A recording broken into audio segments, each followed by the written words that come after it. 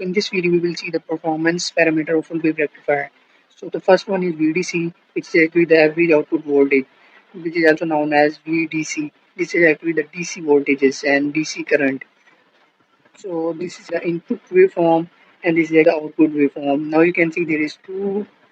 For positive cycle it will be this output, and for negative cycle it will also this output. This is actually the same two ripple. So if we calculate the one ripple and multiply by two, then it will create the full wave of output waveform. So this is actually the VDC. So for that I use Vm is equal to Vm sine omega t and then integrate this.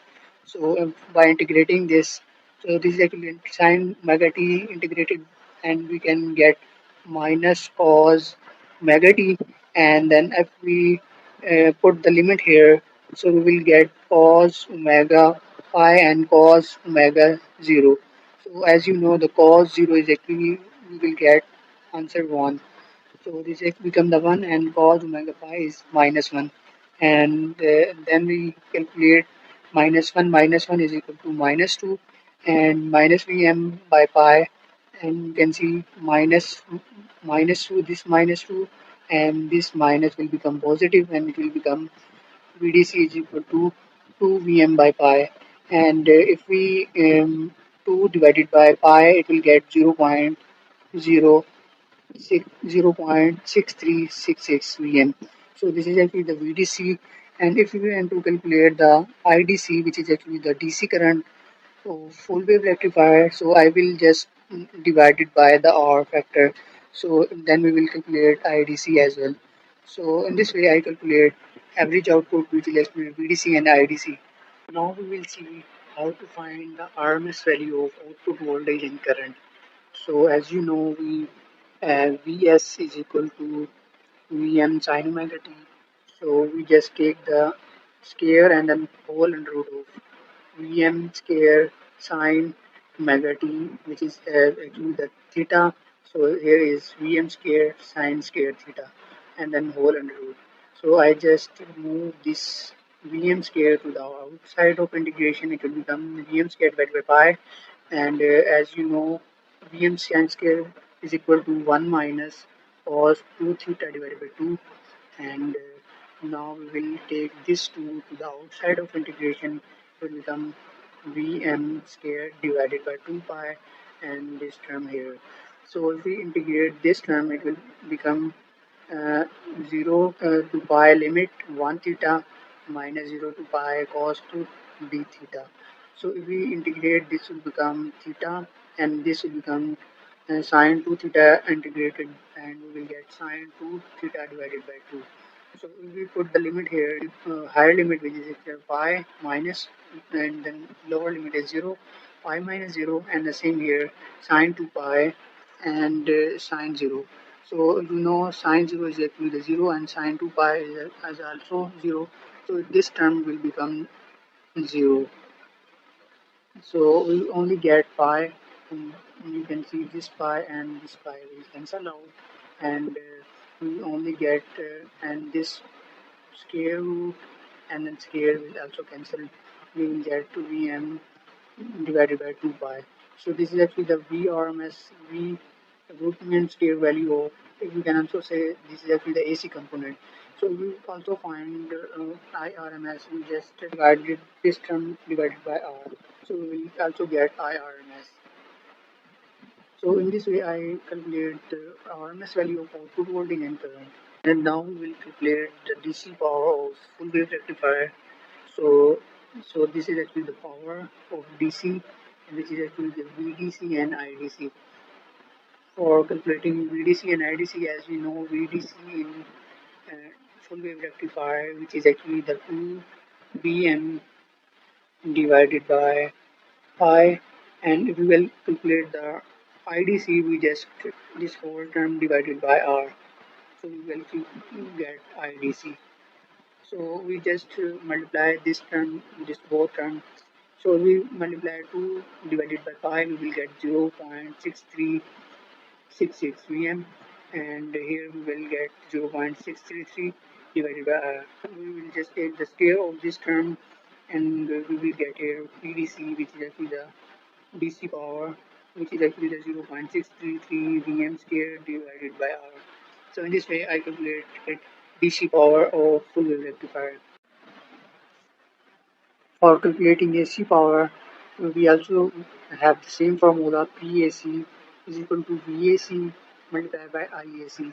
So as we calculate VAC, which is equal to Vm divided by under root 2, and if we divide this whole term divided by R, we will get IAC. IAC. So if we multiply this whole term, so we will get, so root 1 divided by root 2 will become 0.707, and Vm is just like come here, and so if we divide this whole term divided by R, we will get IAC. So if we, this whole term is same, if we take the square of this term and divided by R, is it will come the same here, and we will get the PAC or AC of full wave rectifier. This is actually the how we will calculate AC power of full wave rectifier. Now we will see how to find the efficiency of full wave rectifier. For calculating efficiency, uh, for efficiency calculation, this is actually the efficiency formula of PE DC component and PAC component. So this is actually the DC power of full wave rectifier, and this is actually the AC power of full wave rectifier. So as we have calculated earlier, the DC power, which is actually the 0.6366 Vm square divided by R, and PAC power, which is actually the 0.7007 Vm square divided by R. So these are, and AC component of R and DC component of R has been cancelled, and we just get here this term 0.636 Vm square and 0.707 Vm square. So if we take this efficiency, we will get 80% to 81% efficiency of full wave rectifier. So this is actually the ideal efficiency. We will get nearby this efficiency. We calculate the resistance value and Vm value. We will get nearby this 82, 81, 83. So this is actually the ideal efficiency. We will achieve this. So in this way, how I will find efficiency of full wave rectifier. Now we will see the form factor of full wave rectifier. So form factor is equal to VRMS and divided by VDC. So I have already calculated VAC component. VRMS is actually the VAC voltage AC of full wave rectifier, and VDC is actually the voltage DC component of full wave rectifier. So VAC is equal to 0.707 Vm and VDC is equal to 0.6366 Vm. So this is actually the form factor of full wave rectifier, which will become 1.11. So this is actually the ideal. So we will achieve nearby this form factor of every full wave rectifier. So if you will see the ripple factor here, so ripple factor is actually the form factor minus 1 and then having under root.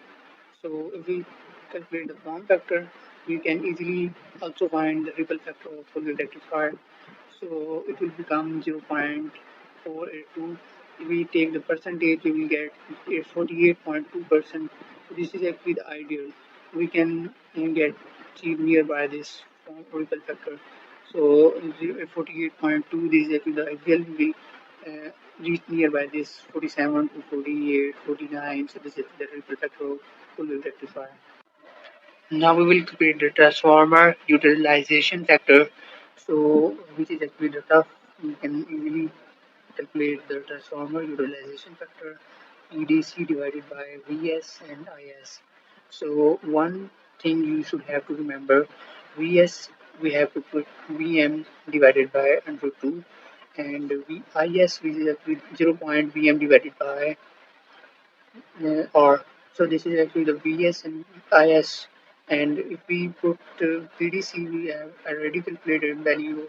Vs we calculated this, and Is we calculated this. So after more simplifying, we will cancel this R and this R. We will get only this value, and it will become 0.81064. And if we can take the percentage, it will get 81.06%. So this is actually the ideal. So if we can achieve nearby this is actually the transformer utilization factor of full wave rectifier. Power factor of full wave rectifier. For fixing power factor, we have formula PAC divided by VS and IS. So PAC we have calculated already, which is actually the 0.707 pm square divided by R, and Vs is equal to and 2 multiplied by 0.707 Vm, and Is is equal to 0.5 Vm divided by R. So if we summarize, if we simplify this, we will get power factor 1. So this is actually the power factor of full rectifier. So in this way, I calculate all these parameters of full wave rectifier. So guys, if you want a more videos type of power factor of single wave rectifier, you should have to subscribe this channel, and for that you can get more updated videos. Now we will see peak inverse voltage of full wave rectifier. For calculating PIV of full wave rectifier, we have center tap full wave rectifier and bridge rectifier. For calculating center tap full wave rectifier, we just multiply 2 with Vm. So it will give the peak inverse voltage of full wave rectifier of center tap. For bridge, we just take only Vm as a peak inverse voltage. Vm is equal to the V maximum of voltages of full wave rectifier. So if we see the crest factor of full wave rectifier, which is actually the IS peak and IS. For calculating IS peak, so it will is actually the Vm divided by R. Calculating denominator IS, it will be 0.707 Vm divided by R. So in this way, we will create the crest factor, which is actually the under 2. This is actually the ideal case. We can get nearby this.